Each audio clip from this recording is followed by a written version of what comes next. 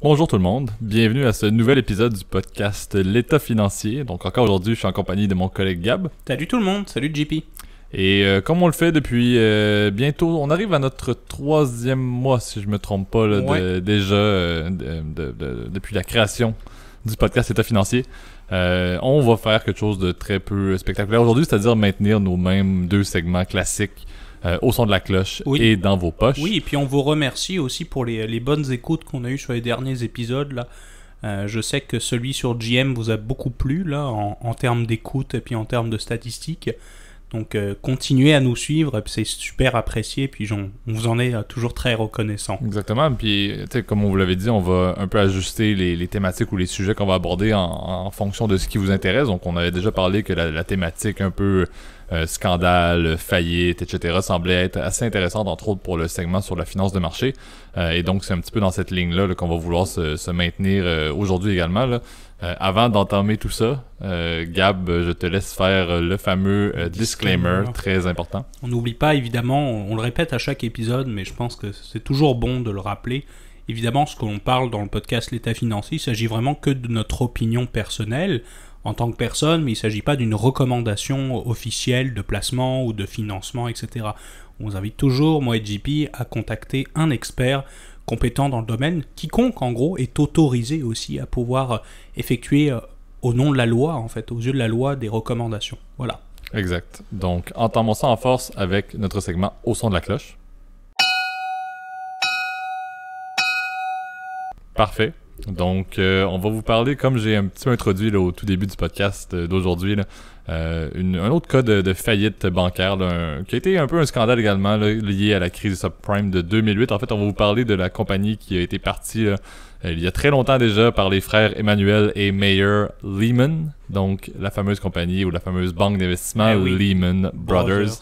Et donc, comme on veut vous parler un petit peu aujourd'hui, on veut vous expliquer la chute de cette énorme banque d'investissement-là qui a été un petit peu le grand élément, là, le grand séisme, si on peut dire, qui a entraîné ou qui a vraiment fait réaliser l'ampleur de la crise des subprimes, de la crise de 2008. Et c'est ce qu'on veut un petit peu rentrer dans les détails. Je sais pas si Gab, tu veux peut-être parler un petit peu de qu'est-ce que c'était Lehman Brothers avant tout ce qui s'est passé en 2008. Bah oui, c'est sûr qu'en plus ça va nous revenir sur un de nos précédents épisodes, mais un peu plus en complément sur la compagnie Lehman. C'est pour ça que j'ai trouvé le sujet, c'est toi qui me l'as proposé cette semaine, JP, puis je le trouvais très intéressant. Lehman Brothers, en fait, oui, c'est une très vieille banque d'investissement new-yorkaise, en fait. Son nom, en fait, je pense que ça date, en l'occurrence, quand même, du 19e siècle. Hein, c'est très ancien. Puis c'est une entreprise familiale, en fait. Donc les frères Lehman, à l'origine, qui avaient fondé, évidemment, la compagnie. Puis ce n'est que dans les années 70, en fait, que la compagnie n'était plus gérée, en fait, par la famille Lehman. Donc, exactement. Donc c'était une entreprise très familiale. Puis c'est vrai que sur la street, en fait, Lehman Brothers, c'était vraiment l'une des plus grandes banques d'investissement, comme l'était JP Morgan, Morgan Stanley, etc. Donc c'était quand il y avait des deals importants à l'époque, dans les années 70, 80, 90, Lehman était vraiment une entreprise extrêmement importante. Absolument. Et puis, tu sais, Gab l'a mentionné, là, c'était exactement là, au début des années 70, même en 1969, que c'était la première personne qui n'était pas de la famille, mais c'est un peu le point qui est noté dans l'histoire comme étant le point de changement. Parce que c'est à partir de ce moment-là où la banque a vraiment commencé à modifier un petit peu leur stratégie, dans le but d'être un petit peu au premier point, au premier palier des grandes banques qui font de l'ingénierie financière dans le but de créer des instruments financiers un peu plus complexes. On note ici la titrisation, on en parlera bien entendu un petit peu plus dans les prochaines minutes.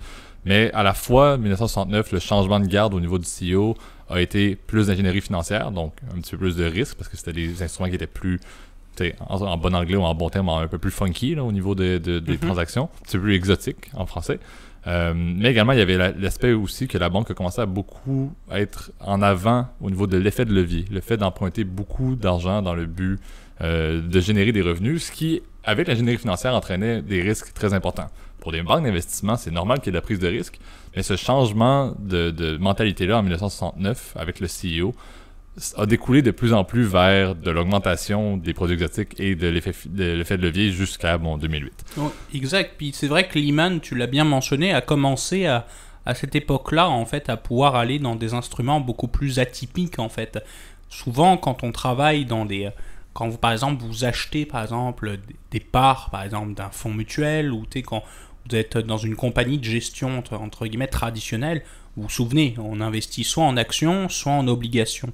Et là, c'est vrai qu'avec Lehman Brothers, là, on commence à toucher à des classes, en fait, de placements qu'on dit alternatives. Ouais. Parce qu'on a des instruments financiers que vous, en tant que petit porteur, vous ne pouvez pas acheter. Alors, on l'a bien parlé, effectivement, puis je pense que ça peut être un point de départ, justement, sur la fameuse titrisation. On en avait abordé, pareil, dans le sujet un peu sur la crise. Pas de la crise, ouais. C'est ça, sur la crise des subprimes. Mais la titrisation, en gros, c'est de transformer un actif en un autre actif, de le découper, effectivement, ou de le transformer en un autre actif. La plupart du temps, en fait, et puis Lehman était spécialisé, justement, dans ces produits-là, en fait. Ça passe par des différents produits, en gros, titrisés, donc mis dans une espèce de package, en fait. Donc là, le plus connu, effectivement, comme placement, entre guillemets, titrisé, c'est le fameux CDO, Collateralized Debt Obligation. Ouais. En gros, c'est un espèce de package de différents produits de dette. Donc souvent, c'est des hypothèques, donc des prêts immobiliers, ça va être des cartes de crédit, donc des revolving, etc., des prêts auto qui sont mis dans une espèce de grosse boîte de placement et dans lequel en fait on va découper différentes tranches en fait. Donc il y a une tranche qu'on appelle senior, une tranche qu'on appelle junior, donc qui est plus risquée, etc. Donc c'est des outils qui permettent en gros à certains investisseurs évidemment institutionnels de pouvoir investir dans des classes d'actifs très particulières avec des rendements risques très, comment dire, je sais que ça peut être un peu plus complexe là pour nos auditeurs, mais c'est vrai que c'est des instruments qui ont été très prisés et qui étaient très sécuritaires, énorme, en fait, avant la crise de 2008, en fait. Effectivement, mais basé sur la stabilité du fameux collatéral de tout ce qui était les bassins hypothécaires. Et c'est ce qui était intéressant. Puis Gab l'a dit, on a parlé, les deux points clés initiaux, c'était l'effet de levier et la titrisation, ou entre guillemets l'ingénierie financière. Gab le mentionnait, il y avait ça qui était très présent chez Lehman Brothers, la titrisation. Ce qui est arrivé au niveau de 2008, c'était, bon, on le sait tous, le marché immobilier américain a chuté drastiquement, le collatéral ne valait plus grand-chose, les instruments financiers liés à la titrisation en ont pris également des pertes colossales. Et c'est justement ça qui était la base de la partie de l'effet de levier. Parce que à cette même époque-là, pendant que Lehman Brothers faisait des tonnes et des tonnes et des tonnes, des milliards de dollars de bénéfices liés à la titrisation, ils empruntaient à peu près 30$ pour chaque dollar de capital. Ah, fou. Donc, ils étaient énormément endettés, donc effet de levier, avec des produits de plus en plus exotiques, donc de l'ingénierie financière, dont la titrisation, fondée sur le fait que tout allait bien. Et ça marchait, c'était une prise de risque énorme, mais les rendements étaient tout aussi importants. Jusqu'à 2008, comme on l'a dit, le fait que le secteur immobilier américain ait chuté, les CDO ne valaient plus grand-chose. Donc, tout ce qui était basé sur les titres de titrisation, les produits de titrisation ont perdu de la valeur. Donc, très mauvais pour les Lehman Brothers d'un côté. Et de l'autre côté, ils avaient énormément de dettes à cause de l'effet de levier qu'ils prenaient dans le but de les mettre dans ces positions-là. Et donc, ce combo-là, cette juxtaposition de ces deux éléments-là a fait en sorte qu'il y avait un problème majeur de liquidité de capital au niveau des Lehman Brothers. Ils ne faisaient plus de cash et ils en devaient énormément. Le problème qu'on rajoute à ça, l'autre niveau qu'on n'a pas parlé initialement, c'était aussi que les banques ne voulaient plus se prêter. On parle souvent, et ça c'était une anecdote que j'ai tirée d'ailleurs de notre recherche initiale, on mentionnait que certains disaient que le talon d'Achille, la base même du problème des banques d'investissement à New York, c'était qu'elles vivaient au jour le jour, liées aux prêts à court terme.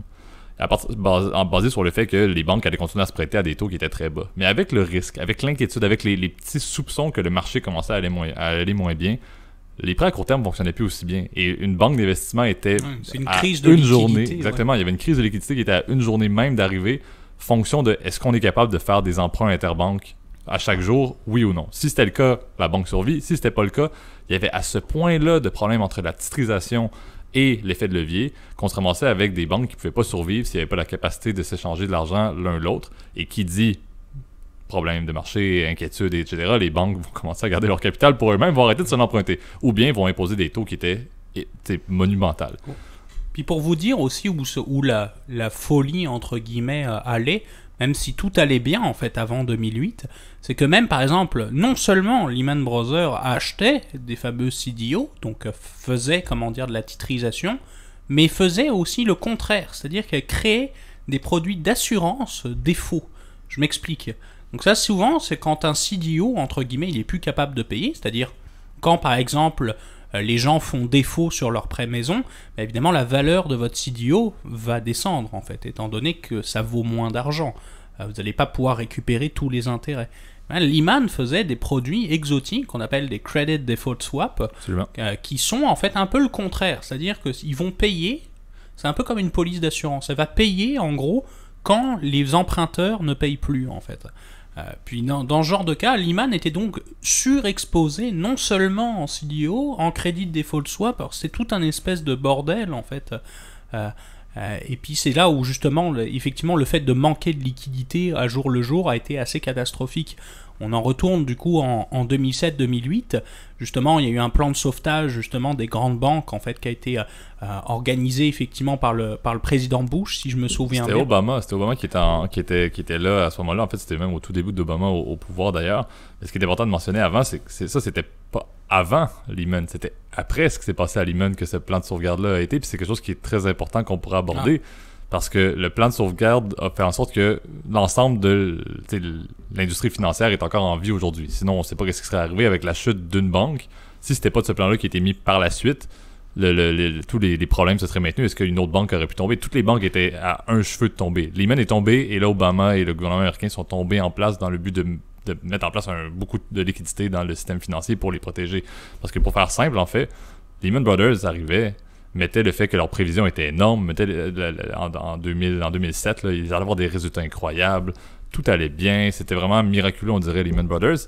Et qu'est-ce qu'ils ont fait au final? Ils ont perdu, à cause de la crise immobilière, 613 milliards de dollars. Qui dit perdre 613 milliards de dollars, dit, ben mon titre équivalent à un petit peu plus de 80 dollars l'action n'en vaut maintenant plus que zéro. Qui dit zéro, dit Chapter 7, la fin complète des opérations de la firme, et dans ce cas-ci, c'est exactement ce qui est arrivé à Lehman Brothers. Et qui dit aussi gros problème et problème de gestion, dit les CEO, et ça tu pourras en parler un petit peu plus, le CEO passe devant le Congrès américain dans le but de se faire un petit peu lessiver pour sa gestion manquée de l'institution. Ouais, puis c'est le fameux Dick Fuld, si je me souviens bien, Richard Fuld, qui était considéré comme un très grand banquier en fait avant la crise de 2008. On l'a retrouvé complètement en fait en désarroi en fait durant cette grande crise, incapable effectivement de pouvoir déceler c'était quoi le problème. Puis c'est vrai qu'il y avait déjà en plus énormément de problèmes chez Lehman. Là. C'est vrai qu'il y avait aussi une culture d'organisation aussi qui était néfaste entre guillemets. C'était quelqu'un d'assez étrange entre guillemets. Là. Puis ce qui n'a pas aidé entre guillemets l'entreprise à s'en ressortir. C'est sûr que ça n'a pas été évident aussi les gens pensent que Lehman Brothers c'est le mal absolu, mais il faut se dire que derrière cette entreprise il y a des milliers d'employés aussi qui ont perdu du jour au lendemain. Vous avez dû probablement voir le fameux panneau qui a été mis en enchère là, on le voit quand la chute, quand vous tapez la chute de Lehman Brothers dans Google, vous le voyez, cette espèce d'ancien panneau là qui était devant le bâtiment qui était sur la 5e avenue à l'époque. Ou même la scène dans The Big Short. Ah oui, c'est vrai. La banque, la tour sur Wall Street se vide de tous ces employés qui ont chacun une boîte avec leurs affaires personnelles et quelqu'un dit à la sortie « Ne parlez pas aux médias, ne parlez pas aux médias, ne parlez pas aux médias ». C'était une image assez marquante qui s'est passée. C'était un film, mais ça s'est passé réellement ceci. Parce que du jour au lendemain, c'était fermé. Ça ne valait plus rien. En fait, la date exacte, c'était le 15 septembre 2008 que la faillite a eu lieu. Et puis, c'est assez marquant de noter également. Puis, Gab, tu l'as introduit. Là, le CEO est arrivé devant le Congrès et a dit, entre autres, on a sauvé le système financier après notre chute. Ouais. Lui, il croyait pertinemment que ça aurait dû avoir... Bon, bien évidemment, sa banque n'existait plus, donc ça a un effet, là, et sa carrière également a été emportée. Mais c'était quelqu'un qui a soulevé le fait qu'il croyait pertinemment que le système financier aurait dû être d'emblée sauvé et que ça n'aurait pas dû prendre la chute d'une grande banque comme Lehman Brothers, dans le but que le gouvernement s'investisse autant qu'il l'a fait par la suite avec Obama. Donc, c'est quelque chose que tu avais soulevé et qui est quand même assez clé, le fait que l'argent du gouvernement est arrivé après. Il y a eu plusieurs, et ça tu pourras en parler peut-être, il y a eu plusieurs fusions, il y a eu plusieurs banques qui ont changé de nom et qui ont été regroupées justement par le fait que, le gouvernement l'exigeait, mais ça a été exigé pourquoi? Parce qu'il y a eu une chute massive, parce qu'il y a eu un effet de choc. Cette chute-là, personne ne la voyait venir, et ça a eu un effet qui maintenant marque l'histoire de la crise 2008. Sans Lehman Brothers, quelle aurait été la crise, on ne le saura jamais. C'est ça, et puis c'est vrai que bon, l'autre, c'est sûr qu'il y a eu entre guillemets, après évidemment quand ça a été, parce que c'est sûr que c'était encore Bush justement qui était incapable justement de trouver une solution. Dans les jours qui suivaient, il quittait son poste normalement là.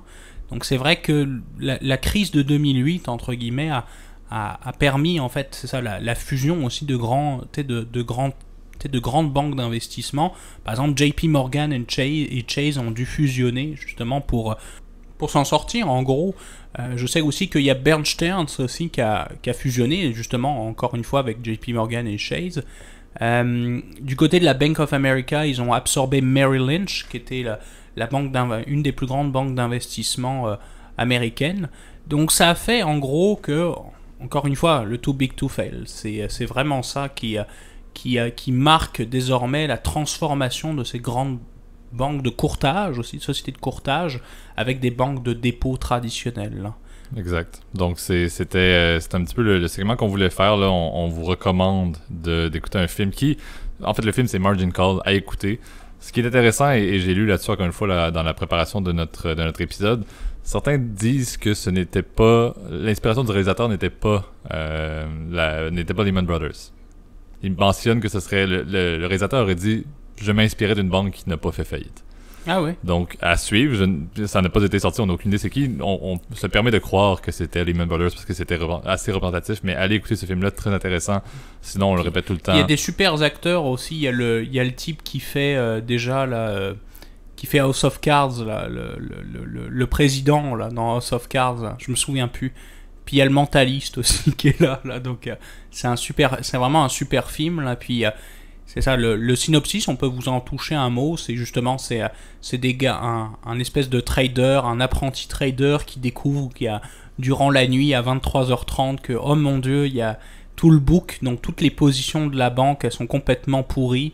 Réunion, et en fait le film c'est comme une réunion pendant à 3h du matin avec le président de l'entreprise, etc. Là, ils arrivent en hélicoptère, enfin c'était complètement...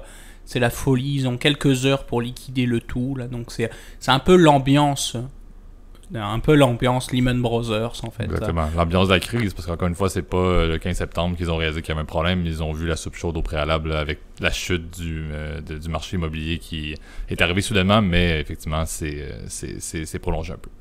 Donc, passons maintenant à notre deuxième segment dans vos poches.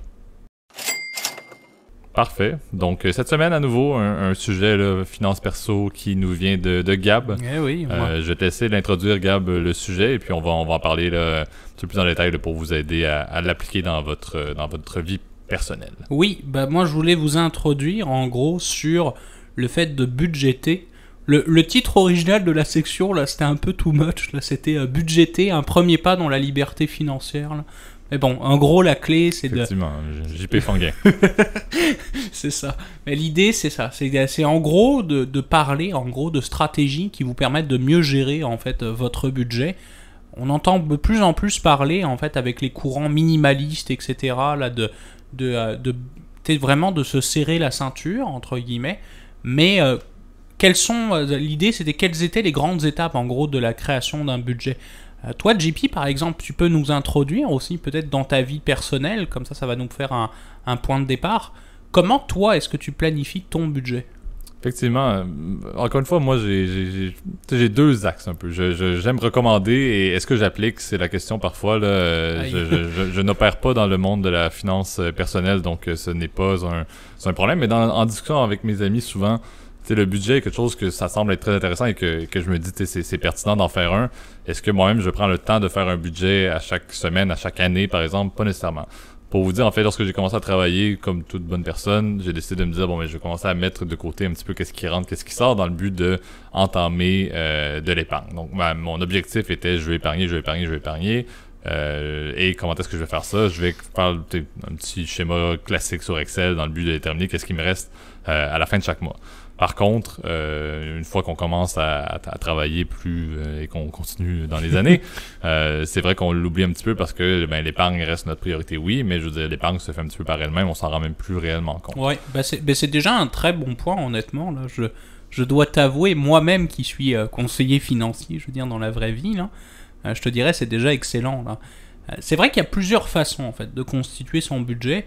Je dirais l'approche relax dans laquelle je ferais partie malheureusement là.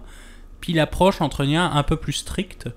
T'es un peu dans le ventre mou, mon cher JP, en gros. Absolument, un peu in between, mais je peux pas dire. En fait, moi, je crois que c'était un petit peu strict au début et maintenant plus libre. Bah, l'approche stricte, c'est sûr, moi je la visualiserais en gros comme quelqu'un qui souhaite avoir un budget très sérieux. Là. Donc, tu sais, par exemple, je le recommanderais plus à des gens qui ont de la difficulté, en gros, à gérer en fait leur argent. Tu sais, les gens qui ont par exemple eu des problèmes d'endettement. Je vois par exemple peut-être une famille aussi. C'est sûr que c'est un peu plus important. Étant donné que chaque sous-compte, entre guillemets, c'est sûr si vous avez aussi des revenus faibles, c'est sûr que c'est important aussi de budgéter vraiment de manière stricte. Alors, un budget strict, en gros, c'est pas compliqué, en fait. C'est tout simplement, en fait, prendre l'ensemble de vos dépenses, puis de vous créer des cibles. Donc, par exemple, vous recevez ça au net, vous dites, bon, bah parfait, moi, mon pourcentage que je veux, par exemple, en épicerie, donc pour faire les courses, c'est tel montant. C'est tel montant pour ma voiture, c'est tant pour mes assurances, pour mon loyer évidemment, etc. Pour mon prêt si jamais j'en ai un, etc. Donc il faut pour le coup, vous avez effectivement plusieurs outils. Hein. C'est sûr que soit utiliser un relevé de compte, c'est la manière la plus standard ou la plus old school. Mais vous pouvez aussi utiliser plein d'outils. Il y a plein d'outils comme par exemple comme Mint ou c'est bête, mais juste un vieux tableur Excel. Absolument, plusieurs versions également. C'est juste des tableurs Excel, vous pouvez en télécharger un facilement sur Internet et l'utiliser. Là, ça prend pas quelque chose que vous devez monter par vous-même là, si vous voulez pas vous casser la tête parce que vous avez des connaissances de base en Excel.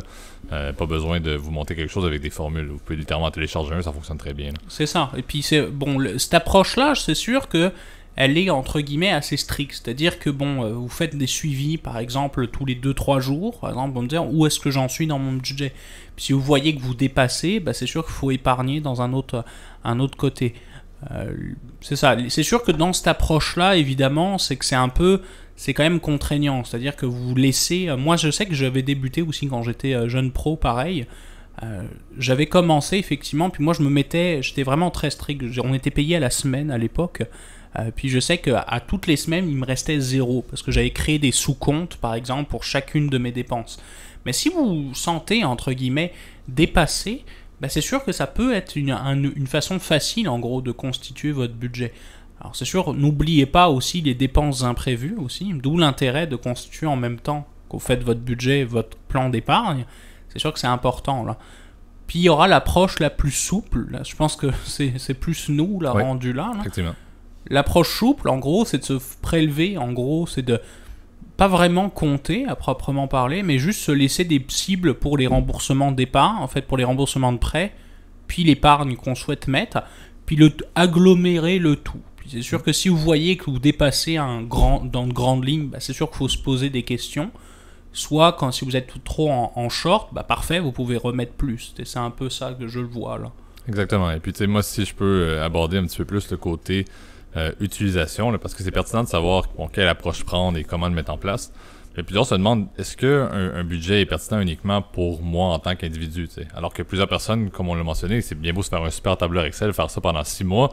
Si à partir du 7e mois, on le laisse sur notre bureau de travail de notre laptop, ça va rester là, ça n'aura pas beaucoup de valeur ajoutée. Donc moi, ce que j'aime bien, c'est que je crois que dans le cycle de nos projets dans la vie, là, nos projets financiers, un budget est toujours pertinent. Gab l'a mentionné, là, si on commence et qu'on veut avoir un plan d'investissement, c'est sûr qu'un budget va probablement être discuté ou fait avec un conseiller ou un expert, ou va être même recommandé de le faire au préalable. Donc, premier segment, souvent quand on est, comme Gab l'a dit, jeune pro, plan d'investissement implique un budget. Souvent, une autre forme de transaction importante, l'achat d'une propriété. Une propriété impacte de beaucoup un poste de dépense majeur, là, donc le paiement de ton prêt hypothécaire. Je crois que ça aussi, c'est un élément que les spécialistes hypothécaires vont également aborder. Le fait de regarder un budget, vont même regarder, si je ne me trompe pas, même ça fait partie de la qualification pour un prêt hypothécaire, de faire le budget pour déterminer quel est exactement. Sinon, même... C'est pas requis, mais c'est sûr que c'est fortement recommandé, effectivement, pour être sûr que ton client, il s'assure évidemment que il dépasse, il soit correct. Là. Puis c'est fait pour ça d'ailleurs, hein, vous le savez, les critères de qualification pour les prêts, c'est pas fait pour avoir des chiffres entre guillemets, c'est vraiment pour votre bien aussi. C'est Absolument. pour éviter que vous soyez trop endetté et puis que vous soyez étranglé. Incapable de faire vos paiements ou d'arriver avec une capacité de dépenser et de profiter de votre vie également à tous les jours. Et donc ça, c'est peut-être, moi je considère vers le milieu de votre vie financière et vers la fin de la vie financière, un autre grand moment qui est lié au budget, la retraite, le plan de décaissement, le plan de retraite qu'on peut appeler, peu importe le terme qu'on utilise, mais c'est également un autre moment où on se fait rappeler à l'ordre en disant le budget est pertinent. Donc moi, ce que j'aime, c'est que c'est bien beau, voici comment on peut le faire, mais également voici les utilisations et surtout vos experts, vos conseillers, vos spécialistes financiers vont tout le temps, selon moi, vous rappeler par ces grands moments-là. Le plan d'investissement, l'achat d'une propriété et le plan de retraite, c'est 3 grands moments qui vont au moins vous impliquer d'aller retourner voir votre bon vieux tableur Excel que vous avez enregistré il y a de cela 15 ans sur votre bureau. Donc au moins, ça vous permet d'avoir des rappels à l'ordre. Si on n'avait pas ces rappels à l'ordre-là et que ça n'avait aucune utilité, je crois que le budget serait délaissé assez rapidement par tout le monde. Mais le fait que c'est facile à faire, comme Gab, tu l'as dit, il y avait plusieurs options qui existent, mais également le fait qu'on se le fait rappeler fréquemment et également que vous le faites rappeler dans un magnifique podcast francophone sur la finance qui se nomme l'État financier. Je crois que c'est une manière assez pertinente de vous dire, c'est pas obligatoire, comme Gab l'a dit, c'est pas quelque chose qui va nécessairement... Mais c'est important. En fait, c'est ça. Ça ne va pas changer votre vie si vous n'êtes pas prêt à le lire et à l'écouter, si on peut dire. C'est bien beau le faire, mais c'est des chiffres et ça montre qu'est-ce qui vous reste, qu'est-ce qui vous reste pas. Si vous n'êtes pas prêt à faire les changements ou les ajustements ou profiter des changements ou des ajustements, eh bien au final, ça ne sert pas à grand-chose. C'est vraiment l'adoption qui définit est-ce que oui ou non vous allez trouver le budget pertinent pour vous. Oui, puis l'erreur que je pourrais dire, c'est que les personnes qui se retrouvent sans budget ou soit sans idée générale en fait de leur budget, le problème majeur que je peux trouver, le premier, on l'a nommé juste avant, mais c'est l'endettement progressif. C'est sûr que on en avait déjà parlé là, dans les pires erreurs en finances personnelles. Puis je pense il y a 2 ou 3 épisodes, là, on avait parlé l'erreur avec les revolving par exemple. C'est comment dire l'un des exemples. C'est que souvent les gens qui ne savent pas budgéter, c'est sûr qu'ils peuvent se retrouver dans des situations beaucoup plus complexes. Parce que vous repoussez à plus tard vos engagements, vous payez des intérêts, vous vous retrouvez en gros vraiment pris par votre dette. Puis ça demande pas grand chose là, je veux pas faire peur là, c'est pas le but, mais ça demande pas grand chose pour tomber de très haut là. Honnêtement, absolument. On voit des surprises d'année, moi je vois des surprises d'année en année où on voit des gens qui étaient corrects mais qui ont mal géré leurs affaires ou peut-être qui étaient trop ambitieux par exemple dans leur projet.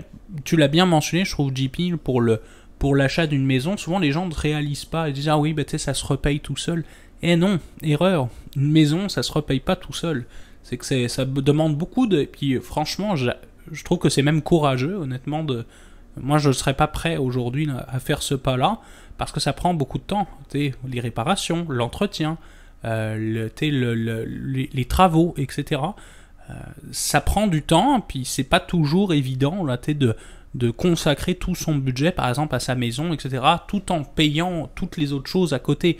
N'oubliez pas, en plus, si vous êtes en famille, les enfants aussi coûtent très cher aussi, on l'oublie, là. Souvent, les parents ont tendance à l'oublier, c'est un point très important. Exactement, puis au-delà de l'endettement progressif, qui est peut-être un premier problème et le principal, je crois qu'un deuxième problème, et ça fait un petit peu un lien, encore une fois, avec le but de notre podcast, c'est peut-être un petit peu l'indifférence ou l'incompréhension de la finance. Je crois que le budget est une porte d'ouverte assez simple et assez compréhensible pour tout le monde qui s'intéresse pas du tout à la finance, mais qui veulent quand même comprendre ce qui se passe. Donc, si quelqu'un ne s'intéresse pas du tout au budget, je crois que ça ferme la porte presque en entier de la finance, parce que c'est un des tapis rouges ou une des entrées les plus simples, selon moi, dans ce monde-là qui, comme on le fait à chaque podcast, est assez complexe et implique plusieurs sujets, implique plusieurs éléments qui sont fort intéressants, mais aussi qui sont pas pour tout le monde. Donc, je crois que le fait de ne pas faire un budget vient également entraîner un petit peu des œillères là, pour la compréhension ou l'intérêt au niveau de la finance.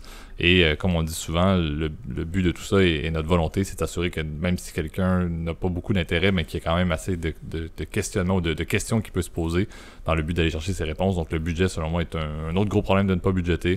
Le fait de peut-être limiter sa volonté ou sa compréhension de la finance qui est un fardeau là, qui va vous suivre. Là. Puis autre problème, je dirais, le manque d'épargne du coup. C'est que souvent, on vous retrouvez...